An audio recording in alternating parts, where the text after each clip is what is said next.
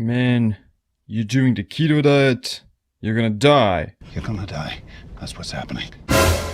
You need carbs before the workout to give yourself energy, during the workout to not bunk, after the workout you need carbs to recover from the exertion, and at any other time of the day you need carbs as well, because otherwise you're gonna hit the wall and go into starvation mode. Starving. Now, this can be quite misinterpreted and taken out of context. By practically, you mean not really. Can you train hard on the ketogenic diet? How does ketosis affect your performance? Will your muscles dissolve into a big chunk of wobbly jello if I don't eat carbs after working out? This and many more in today's Body Mind Empowerment podcast. My name is Simland, and in today's episode we're gonna go into the science of how keto adaptation changes the way your body uses fuel sources at different intensities of exercise. We're gonna talk about endurance, CrossFit, HIIT cardio, bodybuilding, powerlifting, gymnastics, and walking your dog as well. So let's get on with it. Body Mind Empowerment. Get stronger, faster, smarter, quicker, friendlier, more helpful, more driven. Everything the body needs. Control your mind. First of all, let's start from some of the basics. There are several fuel sources the body can use. Glucose from carbohydrate and sugar molecules is the default fuel because it's fastly absorbed and it gives instant energy. Burning carbohydrates in the Krebs cycle is called glycolysis, which creates pyruvate that then gets converted into ATP. Fatty acids from dietary fat or your own body fat go through beta oxidation, which creates ketone bodies, triglycerides, and other phospholipids. Compared to other macronutrients, fatty acids yield the most ATP on an energy per gram basis, which makes them the most abundant fuel source in animals. Ketone bodies are byproducts of fatty acid metabolism that provide an alternative fuel to glucose. They can actually be seen as the fourth macronutrient after protein, carbs, and fat because of their unique metabolic substrates. Then there are some other fuel byproducts that can be converted into energy through some pathway or another, such as lactate, glycerol, protein, branched-chain amino acids, and many more. You're always burning a mixture of different energy molecules, whether from glucose, ketones, fatty acids, lactate, and many more. What proportion of each you're currently using depends on the intensity of physical exertion, your overall metabolic condition, and your degree of keto adaptation. Since the 1960s, it was thought that a high carbohydrate diet maintained physical performance and muscle glycogen by preventing fatigue, which was induced by muscle glycogen depletion. Basically, you run out of muscle glycogen and your body goes into an energy crisis. Therefore, you need to eat a lot of carbs. I fed him spaghetti. The simplistic view of how your body uses fuel is that you're burning primarily fat at lower intensities of exercise, and at higher levels of exertion, you start using more glycogen and glucose. This is known as the crossover effect, with a progressively increased contribution of carbs as a fuel source. It promotes the notion that you can't perform high-intensity sports while eating a low-carb keto diet. In reality, your body needs glucose from carbohydrates under certain metabolic conditions. At other times, or during periods of starvation, the body will come up with many alternatives that are actually much more sustainable and suitable for certain situations. When you go on a low-carb keto diet, you're gonna alter your metabolism by entering into a state of nutritional ketosis. This is characterized by higher rates of fat oxidation, a reduction in the body's glucose demands, sparing of muscle glycogen, and virtually no protein catabolism. With carbohydrate restriction, your liver starts producing more ketone bodies that can come from dietary fat sources or from stored adipose tissue. These ketone bodies like acetone, acetoacetic acid, and beta-hydroxybutyrate or BHB will provide an alternative fuel source to glucose. Even though the brain and other vital organs need about 100 to 120 grams of glucose every day, keto adaptation enables ketone bodies to cover nearly 70% of that required energy. The remaining energy the brain needs can be covered by converting fatty acids into glucose through a process called gluconeogenesis. In fact, after keto adaptation, your body's overall glucose demands will decrease even more, and you don't even need that much glucose. In 2016, Jeff Volek and Stephen Finney did a study called FASTER, which stands for Fat-Adapted Substrate Oxidation in Trained Elite Runners. The study showed that ultra-endurance athletes who had keto-adapted for 9 to 36 months showed extraordinarily higher rates of fat oxidation. Here are the main findings of the study. First, they were using fat for fuel even at the intensities of 70 to 80% of their VO2 max, compared to the 55% of the high-carb control group. Secondly, peak fat oxidation was 2.3-fold higher in the low-carb group, and it occurred at a higher percentage of VO2 max. Thirdly, during submaximal exercise, fat oxidation was 59% higher in the ketogenic group. And fourth, there were no significant differences in resting muscle glycogen and the level of glycogen depletion even after 3 hours of exercise. Over the course of a 3-hour run at 65% of VO2 max, the low-carb group was burning 30% more fat and 30% fewer carbohydrates than those who ate high-carb. Some of the subjects on the keto diet actually burned 98% only fat and only 2% glucose at 65% of intensity. Keep in mind that fat oxidation doesn't refer to losing body fat directly, it refers to what proportion of fatty acids gets burnt in the Krebs cycle, and in the case of these low-carb athletes, they were able to fuel their exercise with primarily fat.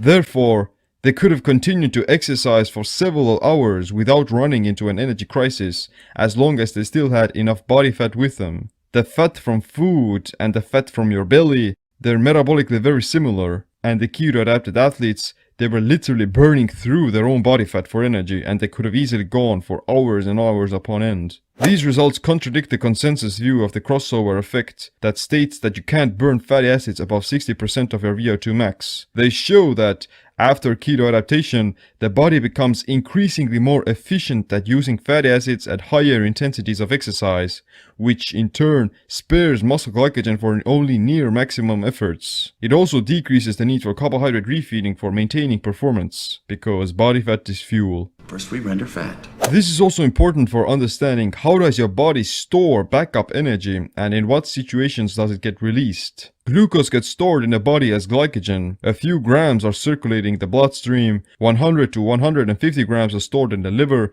and 300 to 500 grams in the muscle cells. Liver glycogen gets used for balancing blood sugar and providing stable energy to the brain. This source of fuel gets depleted within 24 hours of zero carbohydrate consumption already. Muscle glycogen is released in response to high physical exertion that taxes the glycolytic anaerobic energy system for producing ATP. Fatty acids can be stored in unlimited amounts. You can deposit hundreds of pounds of fat in your adipose tissue, and as we can see, a lot of people already have.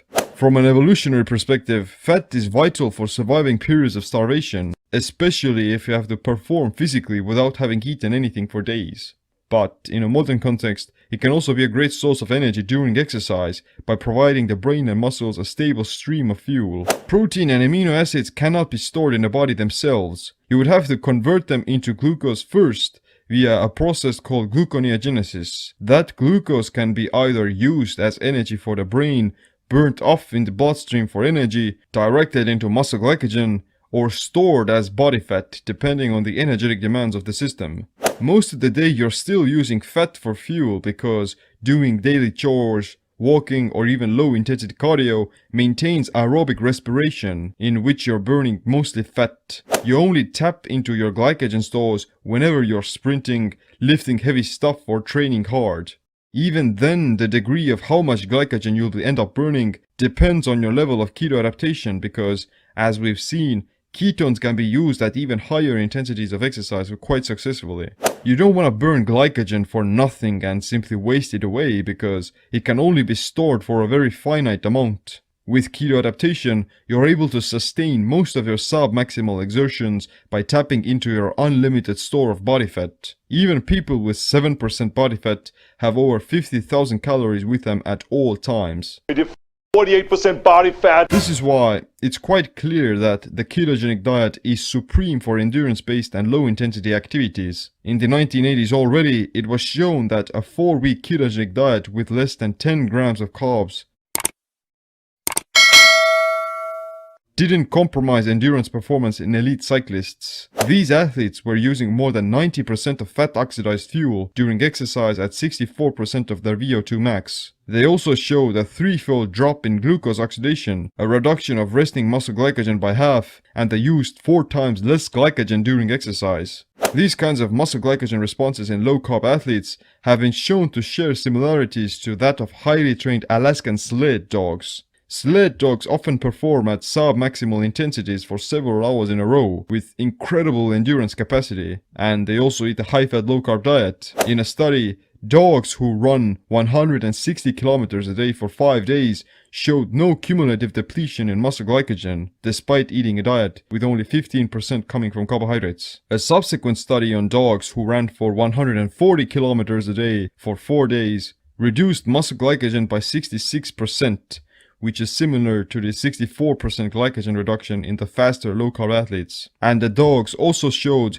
a progressive increase in muscle glycogen over the following days of running. A low-carb diet has also been shown to increase the time to exhaustion during prolonged exercise. It's clear that keto adaptation is excellent and even optimal for endurance activities that prefer fat for fuel. However, compared to glycolytic pathways, the ketogenic pathway is less ideal for tapping into the anaerobic threshold at higher intensities. High-intensity training such as HIIT cycles, CrossFit, sprints, bodybuilding and gymnastics are anaerobic by nature and they span the creatine phosphate system. This requires you to be using glycogen in the presence of no oxygen. Because of that anaerobic environment, you can't maintain it for any longer than a few seconds. You're only burning glycogen for that specific time length, and you will revert back to using other fuel sources during rest time. Some reports suggest that muscle can use circulating glycerol for intramuscular triglyceride synthesis. Previous studies have also shown that after a short-term low-carb high-fat diet, the ability to transport circulating fatty acids into muscle greatly improves. This means that keto-adapted individuals experience higher rates of adipose tissue oxidation, which results in an increased release of both glycerol and fatty acids into circulation, which also increases the overall uptake of fatty acids into skeletal muscle. Basically, your muscles can use more fatty acids for fuel, even at higher intensities like we mentioned already. A study done on recreational CrossFit people showed that 3 weeks of ketogenic dieting didn't lead to a decrease in performance compared to the control group. However, they did show an improvement in body composition and decreased whole body adiposity. They lost fat mass and therefore improved their relative fitness. Comparative studies between resistance-trained individuals who eat a ketogenic diet versus a standard diet have also shown that although both of them lead to similar improvements in workout performance and muscle gain, the keto subjects tend to have more lean body mass and less fat mass. So, does the ketogenic diet build more muscle? Another study was done in 2014 by Jeff Volek, Dominic D'Agostino and Jacob Wilson. They compared the effect of a very low-carb diet with a traditional diet in resistance-trained individuals. The results showed that lean body mass increased to a greater extent in the low-carb group as compared to the traditional group. On top of that, the ketogenic individuals also saw greater fat reduction. Another study done on elite-level artistic gymnasts showed that after going on a low-carb diet, the athletes didn't lose strength or muscle, but actually lost body fat while increasing lean muscle mass. They only followed the keto protocol for 30 days, and already they showed great improvements in body composition. Now, keep in mind that these aren't your recreational fitness enthusiasts or your grandma.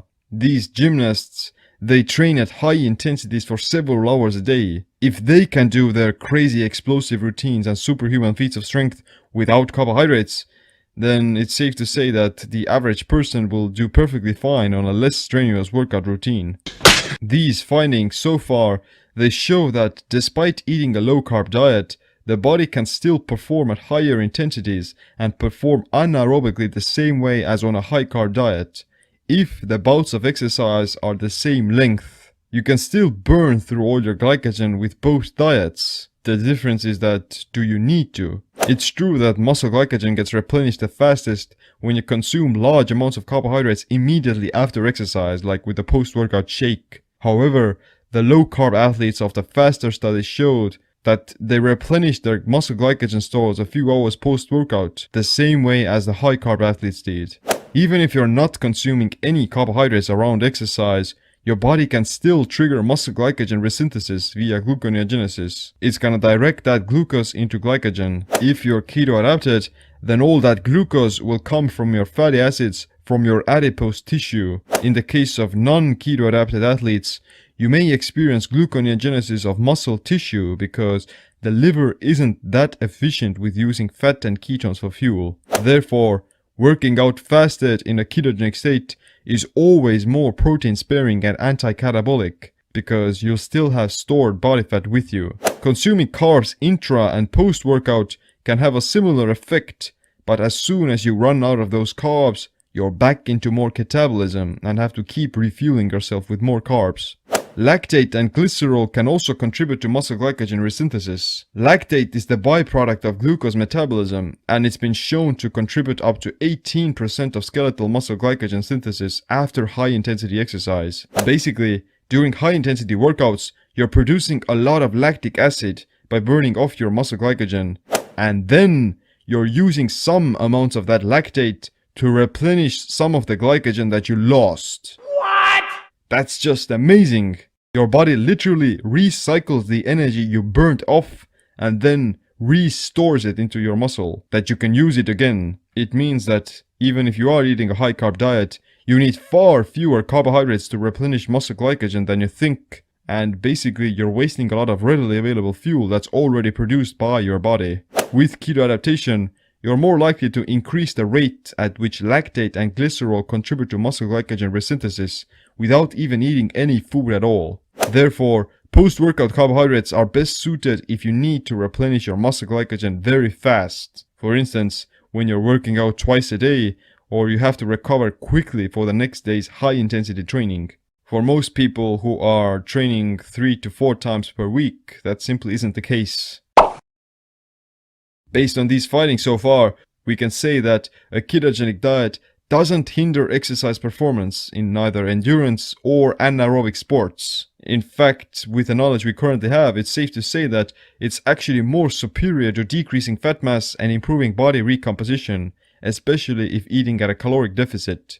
One study in the 70s compared 3 diets with the same amounts of 1800 calories and 150 grams of protein, but they had different carbohydrate ratios of 30 grams, 60 grams, and 104 grams. After 9 weeks of dieting, the 30-gram group lost 16.2 kilograms, the 60-gram group lost 12.8 kilograms, and the 104-gram group lost 11.9 kilograms. What's more, the 30-gram group's weight loss came from 95% fat loss. For the 60-gram group, it was 84% fat loss, and for the 104-gram group, it was 75% fat loss. These findings show that a lower carb ketogenic state promotes more fat loss at the preservation of muscle mass, at least in the context of a ketogenic diet or a semi-low carb diet. You're much better off by switching into deeper ketosis, rather than staying in the peripheral zones of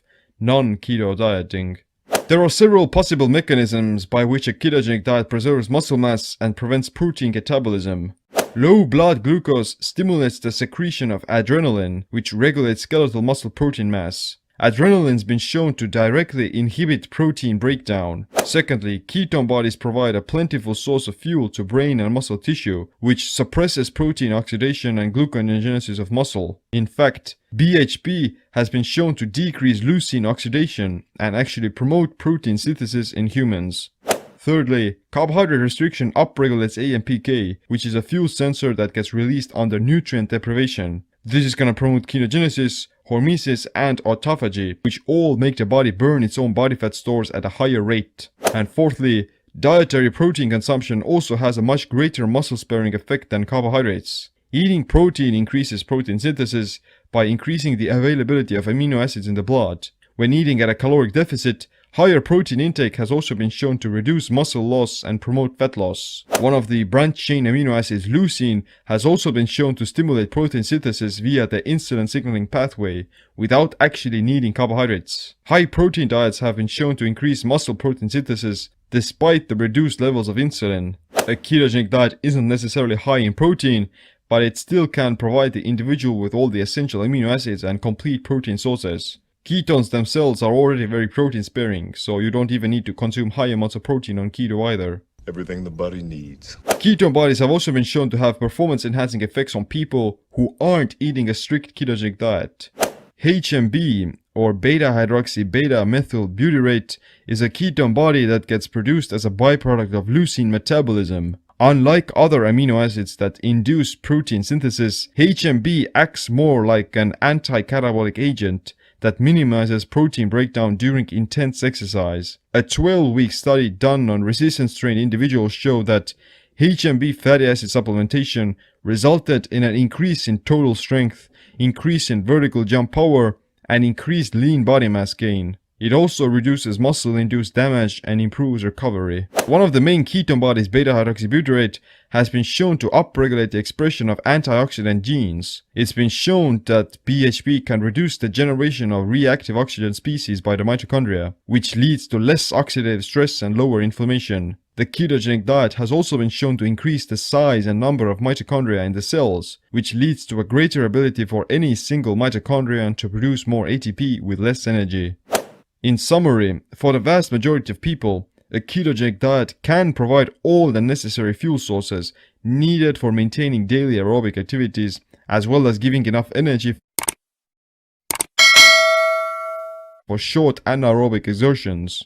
However, when it comes to high-intensity training, then there are still some implications and constraints that have to be kept in mind. There are a lot of individual differences dependent of genetics, your degree of keto adaptation, the type of exercise you're doing, and your macronutrient profile. But it's still generally okay to add some carbohydrates into the keto diet if you're doing a lot of glycolytic sports.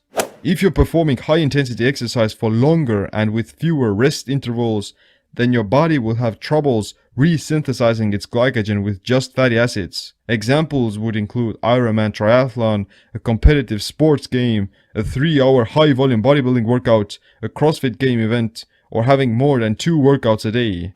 Workouts that aren't as taxing or frequent don't require the addition of carbohydrates, although they may still help. Examples include Olympic weightlifting, powerlifting, gymnastics, endurance, cycling, or short high-intensity cardio. The two main ways of adding carbs around your workouts are the targeted keto diet, where you consume a small number of carbs during high-intensity exercise, and the cyclical ketogenic diet, where you eat low carb for a week and then have a refeed day. This also raises the question, why bother trying to become keto adapted if you have the possibility to refuel with carbs? Why not just eat carbs all the time? Well, the answer is quite self-explanatory and obvious. You want to maintain lower levels of blood glucose and insulin the majority of time, as to promote your body's ability to oxidize its own fat stores and reduce oxidative stress. Carbohydrate restriction has been shown to have many health benefits, starting from fat loss, neuroprotection of the brain, better biomarkers, stable energy, and ending with mitochondrial density and longevity. Burning fat causes less oxidative stress to the mitochondria, and it produces more energy per calorie. Being dependent on carbohydrate refeeding is also quite a fragile position to be in. You're always limited by your glycogen stores, and you have to structure your entire day around eating to not become catabolic. After becoming keto adapted, you can tap into your stored body fat very fast and easily, which keeps you energized even while fasting for 5 days or more, and you're not going to even lose muscle mass. You don't have to be in strict ketosis all the time to stay keto adapted, but you do need to maintain a semi-ketogenic state of glycogen depletion to build up these fat oxidation pathways into your metabolism. You have to remember that working out harder and grinding your face off all the time isn't necessarily gonna give you more results or get you in better shape. In fact, too strenuous exercise too often can lead to adrenal fatigue and muscle loss. It's definitely not healthier or better in the long term. Looking at professional athletes killing it at the gym and going beast mode, it can be motivating and useful for going hard for a brief moment, but in most cases, you're actually better off by doing less rather than more. In the example of powerlifting or gymnastics, you don't want to go into the anaerobic mode or start breathing heavy because your form is gonna suffer. In those sports, you want to practice the skill of doing complex motor patterns, which require you to be rested and focused. In the example of building muscle and burning fat, you're also better off by focusing on getting stronger, not going to failure with each set. Compound full body movements are much better for getting bigger and stronger, and you don't have to squeeze out the living juice from every single muscle fiber to see some results. Oh, it's the deep burn! When you look at most people who exercise in the gym, then they're doing biceps curls, they're doing triceps extensions, but they're still skinny fat, so... Just watch out for the guns. If your goal is to improve aerobic capacity, then it's also better to focus on building up your fat burning machinery by becoming keto adapted. This is gonna raise the ceiling at which you can burn fatty acids for fuel. For the vast majority of people, less is more, and you have to focus on the quality of your workouts. If you give the body the appropriate stimulus, it has no other choice but to adapt, and you have to be very strategic with what fuel you provide yourself with. The goal isn't to be so dogmatic that you just go hard in with a singular approach. Oh, I'm either all in or keto, or I'm just gonna eat all the carbs in the world. All of it. So here are some of the key points to remember. First, when it comes to low intensity activities ranging from walking your dog and doing endurance sports, then you're better off by becoming more keto adapted because you'll be able to burn more fat at higher rates of your VO2 max, and therefore you can increase the length of your performance without bunking. It's also much better for weight loss because you'll be burning through your body fat, not the carbohydrates you consumed or your muscle tissue even. Secondly, when it comes to exercise that is high intensity by nature but only lasts for a certain period of time, like powerlifting, weightlifting, gymnastics, plyometrics, a short CrossFit WOD, or HIIT cardio, then you can still perform equally as well on keto as with carbs, given that your muscle glycogen is full and that you're rested. If you're resting in between sets for 3 to 5 minutes, then that's plenty of time for you to recharge your muscles for the next set, even without eating carbs. Thirdly, when it comes to high intensity exercise that taxes the lactic acid and anaerobic respiration system for a longer period of time, such as Ironman triathlon, doing multiple CrossFit workouts in a row, or depleting your muscle glycogen with a 3-hour bodybuilding workout with short rest intervals, then you may experience a slight drop in performance because this kind of exercise will deplete your muscle glycogen and therefore restrict your ability to produce explosive ATP because you don't have time to recover.